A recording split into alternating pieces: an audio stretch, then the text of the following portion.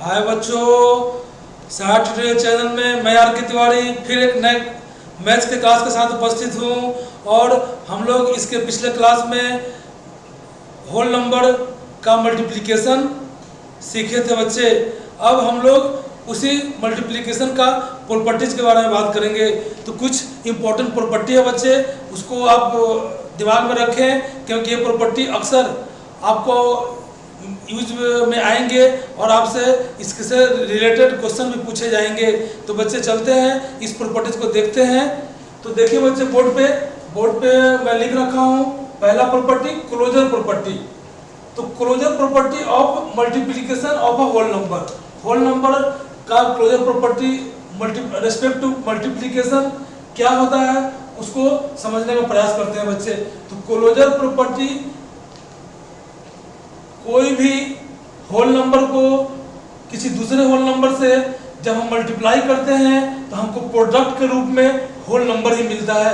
यही बच्चे closure property है। जब होल नंबर को होल नंबर से मल्टीप्लाई करेंगे तो प्रोडक्ट के रूप में हमको होल नंबर ही मिलेगा। तो वही बच्चा है, यहाँ 2 और 4 को मल्टीप्लाई करिए, ये दोनों क्या है, होल नंबर है। इसका 4 2 जा 8, ये 8 भी जो मिला ये भी क्या है, होल नंबर है। तो एक closure property of multiplication of whole number बोलता है कि जब दो होल नंबर को मल्टीप्लाई करेंगे तो हमको होल नंबर ही प्रोडक्ट के रूप में मिलेगा। चलिए बच्चे अगला प्रॉपर्टीज में आते हैं। ये कंप्लीट हुआ। दूसरा में आइए कम्यूटेटिव लॉ। तो कम्यूटेटिव लॉ क्या है बच्चे, वही जो बताए थे हम पिछले क्लास में भी इसका चर्चा किए थे कि ऑर्डर चेंज करने से बच्चे 2 into 4 और 4 into 2 करने से वैल्यू में कोई चेंज नहीं आता है। यहाँ 4 2 जा 8 होता है और 4 2 जा 8 यहाँ भी होता है। तो ऑर्डर बदलने से मतलब कि इसको ऐसे लिख सकते हैं a into b और b into a। यही आपका क्या बेटा, कम्यूटेटिव लॉ है। ऑर्डर चेंज करने से प्रोडक्ट के वैल्यू में कोई अंतर नहीं आता है। इस बात का बच्चे ध्यान रखेंगे, इसी का नाम है कम्यूटेटिव लॉ। अब चलिए तीसरा में आ जाते हैं हम लोग एसोसिएटिव लॉ। एसोसिएटिव लॉ क्या है बच्चे कि ब्रैकेट को हम लोग आगे पीछे करते हैं, उससे भी प्रोडक्ट पे कोई अंतर नहीं आता है। तो देखिए बच्चे a into b into c, तो पहले ब्रैकेट इस दोनों पे रख दीजिए, फिर ये ब्रैकेट को शिफ्ट कर दीजिए लास्ट दो पे, तो a into b into c। तो ये बेटा ऐसे हम करते हैं। तो यही आपका क्या है, एसोसिएटिव लॉ है। पहले इस ब्रैकेट के अंदर का काम करेंगे, फिर ये c से मल्टीप्लाई करेंगे। उसी प्रकार यहाँ पहले b into c का काम करेंगे, तब a का काम करेंगे। फिर भी क्या होगा बच्चे कि प्रोडक्ट में कोई अंतर आपको नहीं दिखेगा, प्रोडक्ट के वैल्यू में कोई चेंज नहीं आएगा। तो यही लॉ आपका क्या है, यही लॉ आपका एसोसिएटिव लॉ है बच्चे। कोई नंबर में भी चेक कर लीजिए 2 into 3 into 4। तो इसको बच्चे ब्रैकेट में कर लेते हैं, फिर 2 into 3 into 4, ये पीछे दो नंबर का ब्रैकेट कर लेते हैं। उसको सॉल्व कर दिया जाए बच्चे, 3 2 जा 6 into 4। यहाँ बच्चे 2 into 4 3 जा 12, फाइनल इसका निकालिए। तो 6 4 जा 24 और 12 2 जा 24। देख रहे हैं बच्चे दोनों इक्वल आ रहा है। तो हम लोग इसी लॉ को बोलते हैं associative law of a multiplication of a whole number. तो बच्चे एसोसिएटिव लॉ में क्या होता है कि ब्रैकेट को इधर या उधर शिफ्ट करने से प्रोडक्ट के वैल्यू पे कोई अंतर नहीं आता है, वैल्यू में कोई चेंज नहीं आता है। चलिए बच्चे हम लोग एसोसिएटिव लॉ भी कर लिए हैं। अब एसोसिएटिव लॉ के बाद देख लेते हैं बच्चा डिस्ट्रीब्यूटिव लॉ। तो उसका बात कर लेते हैं। ये बातें जानना बहुत जरूरी है बच्चे, क्योंकि ये ऑब्जेक्टिव में खास करके पूछ लिए जाते हैं और इसका यूज भी बहुत सारा है। तो चलिए बच्चे अब चौथा में है डिस्ट्रीब्यूटिव लॉ ओवर एडिशन। तो डिस्ट्रीब्यूटिव लॉ ओवर एडिशन क्या है बच्चे, जैसे लिया जाए 1 into या ब्रैकेट में ले लिया जाए b plus c। अब इसको क्या करेंगे बच्चे, इसको डिस्ट्रीब्यूट करेंगे, मतलब इसको इससे मल्टीप्लाई करेंगे, फिर इसको इससे करेंगे। तो a into b और फिर a into c, ये जो प्लस है ये बीच में रहेगा और a into c। यही हमारा क्या होता है बच्चे, डिस्ट्रीब्यूटिव लॉ ओवर एडिशन। तो इसको कोई नंबर पे लेके देख लिया जाए। 2 इंटू 4 प्लस 7। अब बच्चे इसको तोड़ दिया जाए तो क्या हो जाएगा, 2 इंटू 4 प्लस 2 इंटू 7। इसको सॉल्व कीजिए दोनों तरफ से, LHS और RHS, इस दोनों को सॉल्व करिए, देखिए दोनों का वैल्यू आपका इक्वल आएगा। यहाँ 2 है बच्चे, 4 है 7, 11। अब इधर चला जाए, 4 2 जा 8 प्लस 7 2 जा 14। अब चलिए बच्चे इसको अब फिर आगे बढ़ाते हैं। ये देखिए 11 2 जा 22 और यहाँ 14 और 8 कितना हुआ बच्चे, 22। ये देखिए यही आपका क्या है, डिस्ट्रीब्यूटिव लॉ ओवर एडिशन। इसी लॉ को हम लोग बोलते हैं distributive law over addition of a multiplication. तो बच्चे ये बात को ध्यान में रखेंगे। अब एक 5 नंबर का प्रॉपर्टी बचा, डिस्ट्रीब्यूटिव लॉ ओवर सब्ट्रैक्शन। इसको देखा जाए बच्चे, डिस्ट्रीब्यूटिव लॉ ओवर सब्ट्रैक्शन भी क्या है, जैसे a इंटू बी माइनस सी। अब इसको बच्चा कर दिया जाए, इसको डिस्ट्रीब्यूट किया जाए, इसको इससे और इसको इससे, तो यह क्या हो जाएगा, a into C minus a into B, a into B minus a into C. अब चलिए बच्चे इसी को किसी नंबर पे हम लेके देखते हैं, कोई नंबर ले लिया जाए, 2 इंटू 5 प्लस 3। अब इसको ओवर सब्ट्रैक्शन कर रहे हैं बच्चे ना, तो सब्ट्रैक्ट कर दीजिए इसमें, तो क्या हो गया, 2 इंटू 5 माइनस 3। अब इसको डिस्ट्रीब्यूट कर दीजिए बच्चे, इसको इससे कर दीजिए और इसको इससे करके डिस्ट्रीब्यूट करिए, तो 2 इंटू 5 माइनस 2 इंटू 3। अब इसको बच्चे हम लोग क्या करते हैं, नीचे सोल्व कर लेते हैं। तो देखिए ये क्या होगा, ये 2 इंटू 5 में से 3 गया 2। अब इधर देखिए बच्चे, 5 2 जा 10, या माइनस 3 2 जा 6। ये देखिए बच्चे इधर कितना आ गया आपका, तो 4, और इधर 10 में 6 गया तो 4। यही बच्चा क्या है आपका, तो डिस्ट्रीब्यूटिव लॉ ओवर सब्ट्रैक्शन। इसी लॉ को हम लोग क्या बोलते हैं, डिस्ट्रीब्यूटिव लॉ ओवर सब्ट्रैक्शन, और इसको बोलते हैं डिस्ट्रीब्यूटिव लॉ ओवर एडिशन। तो इसको बच्चे ध्यान से देख ले कि किस लॉ में क्या पैटर्न्स होता है, उस पैटर्न को सीधा दिमाग में बैठा ले और आप आराम से इस पैटर्न से रिलेटेड जो भी क्वेश्चन पूछे जाएंगे उसका जवाब आप आसानी पूर्वक दे पाएंगे। चलिए बच्चे हम 2 लॉ और बचे हुए हैं, उसको भी देख लेते हैं।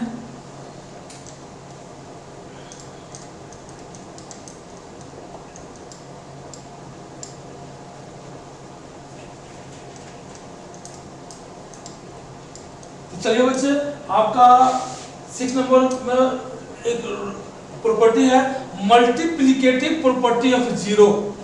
तो मल्टीप्लिकेटिव प्रॉपर्टी ऑफ जीरो क्या कहता है बच्चे, किसी भी नंबर को आप जीरो से मल्टीप्लाई करेंगे तो प्रोडक्ट क्या मिलेगा, जीरो मिलेगा।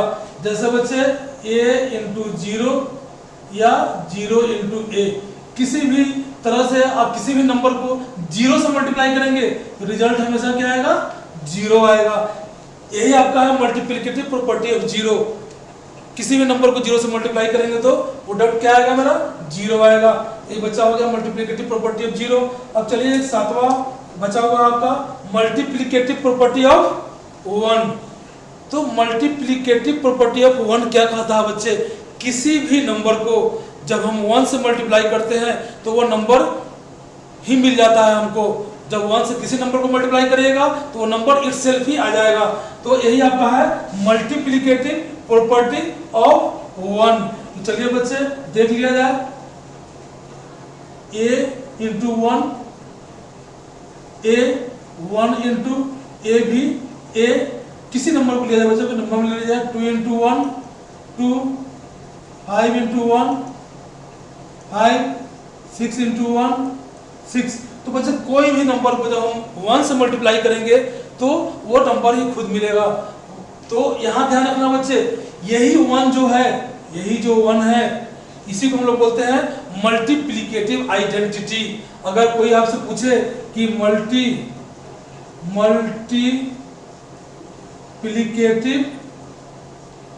आइडेंटिटी तो क्या बोलेंगे बच्चे, 1। क्योंकि 1 जो है उसको किसी भी नंबर से मल्टीप्लाई करते हैं तो वो नंबर ही मिल जाता है। जिस प्रकार आपको हम एडिटिव आइडेंटिटी के बारे में बताए थे, 0 एक ऐसा एडिटिव आइडेंटिटी है जिसको हम किसी भी नंबर में ऐड करते हैं तो वो नंबर ही मिल जाता है। तो वहाँ पे हम लोग उसको बोलते हैं एडिटिव आइडेंटिटी। तो एडिटिव आइडेंटिटी क्या है बच्चे? 0। और मल्टीप्लिकेटिव आइडेंटिटी क्या है? 1। इसको एकदम ध्यान में रखेंगे बच्चे। और एडिटिव आइडेंटिटी से हमको अपोजिट नंबर मिल जाता था। यहाँ अब हम लोगों को मल्टीप्लिकेटिव आइडेंटिटी से मल्टीप्लिकेटिव इनवर्स मिलेगा, जिसको हम लोग रेसिप्रोकल भी बोलते हैं। तो अब बोलिए मल्टीप्लिकेटिव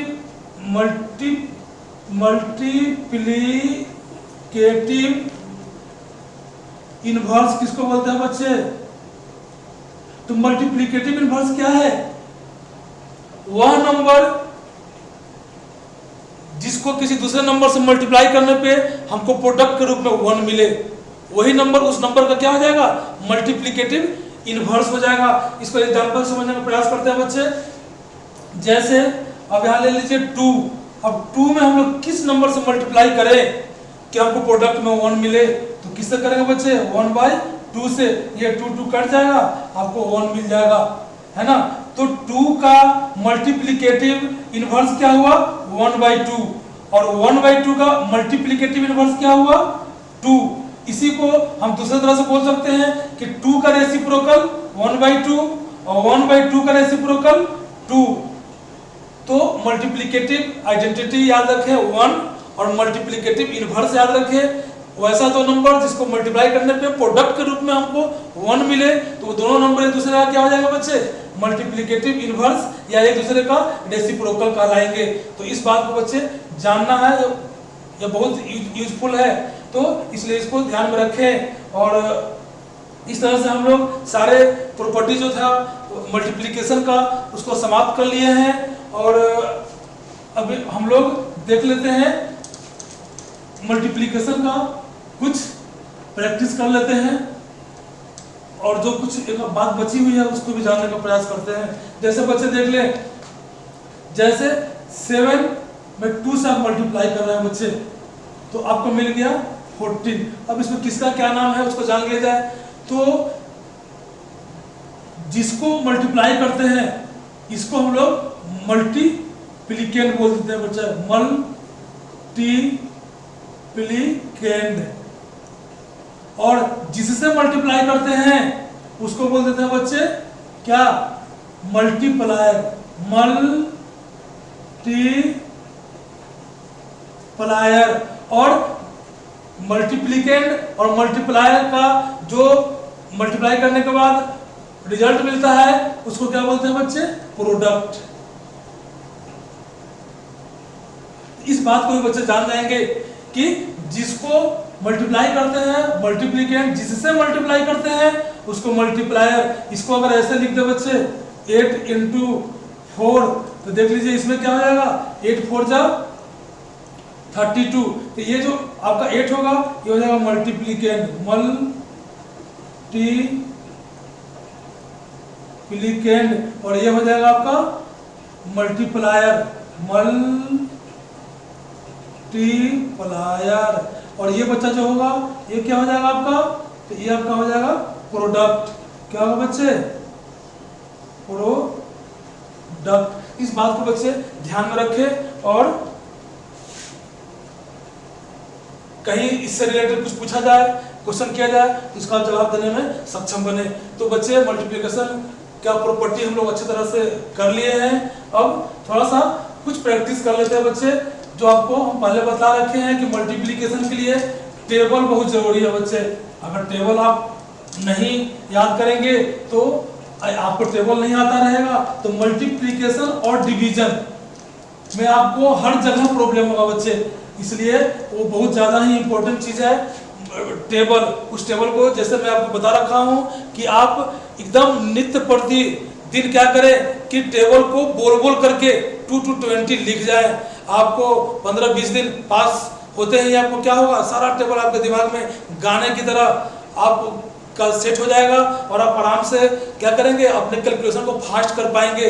अगर टेबल जितना फास्ट आप कर पाएंगे, जितना ज़्यादा टेबल आपका आप स्टडी करेंगे, उतना ही आपको आपका मैथ्स फास्ट होता चला जाएगा। तो इसको बच्चे ध्यान रखना है, टेबल बहुत ही इंपॉर्टेंट है। टेबल के बिना मैथ्स हम लोग नहीं कर पाएंगे, हर जगह परेशानी होगी। इसलिए बच्चे कम से कम 2 to 20 टेबल तो आप कर ही ले।